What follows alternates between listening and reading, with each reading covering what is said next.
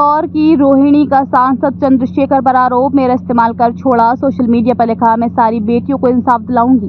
मध्य प्रदेश के इंदौर से स्विट्जरलैंड का सफर तय करने वाली PhD scholar doctor Rohini Ghavri एक बार फिर सुर्खियों में है। दरअसल डॉक्टर रोहिणी ने यूपी की नगीना लोकसभा सीट से सांसद और भीम आर्मी के संस्थापक चंद्रशेखर आजाद पर उत्पीड़न के आरोप लगाए हैं।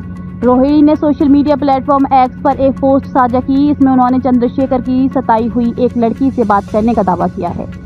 रोहिणी ने पोस्ट में लिखा, ये चंद्रशेखर की विक्टिम नंबर 3 है। इसके बाद रोहिणी ने और भी पोस्ट की है, जिसमें उसने दावा किया कि चंद्रशेखर ने उसके समर्पण और भरोसे का इस्तेमाल केवल अपनी राजनीतिक महत्वाकांक्षाओं के लिए किया है। बता दें कि डॉक्टर रोहिणी घावरी इससे पहले भी सांसद चंद्रशेखर पर आरोप लगा चुकी हैं। भास्कर ने नए आरोपों को लेकर रोहिणी और चंद्रशेखर दोनों से संपर्क किया। चंद्रशेखर ने बात करने से इनकार कर दिया, वहीं रोहिणी ने खुलकर अपने आरोप दोहराए। इस दिन चंद्रशेखर के साथ मेरे रिलेशनशिप की शुरुआत हुई थी। मैं इंटरनेशनल लेबर ऑर्गेनाइजेशन से जुड़ी थी। मैं वहां देश के सफाई कर्मियों की आवाज़ उठाना चाहती थी, क्योंकि मैं खुद एक सफाई कर्मी की बेटी हूं। मेरी मां इंदौर के अस्पताल में सफाई कर्मी है। उस समय चंद्रशेखर की इमेज वाल्मीकि समाज में पॉजिटिव बनी हुई थी।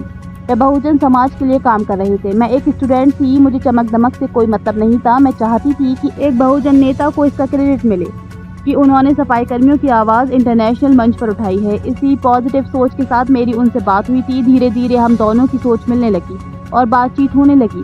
करीब 3.5-4 साल तक हम दोनों रिलेशनशिप में रहे। ये बात मुझे अभी तक समझ नहीं आई कि जो व्यक्ति एक समय मेरे लिए इतना ज़्यादा समर्पित था, वो अचानक बदल कैसे गया। हमने इस रिश्ते को इसलिए चुना था कि सामाजिक आंदोलन में साथ पड़ेंगे। समर्पण भाव से हम लोग काम कर रहे थे। उनके हर एक डिसीजन में मैं शामिल रही हूँ, वह चाहे संसदीय क्षेत्र नगीना सिलेक्ट करने का मसला हो या कुछ और। मगर सांसद बनने के 6 महीने पहले नवंबर 2023 के बाद उनका आचरण बदलने लगा। पूरी तरह से एटीट्यूड चेंज हो गया।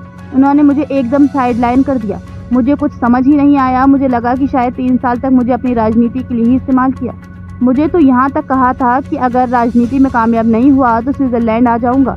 अब इन सारी बातों को रिकॉल करती हूँ तो लगता है कि मेरी जिंदगी के साथ खिलवाड़ ही किया है।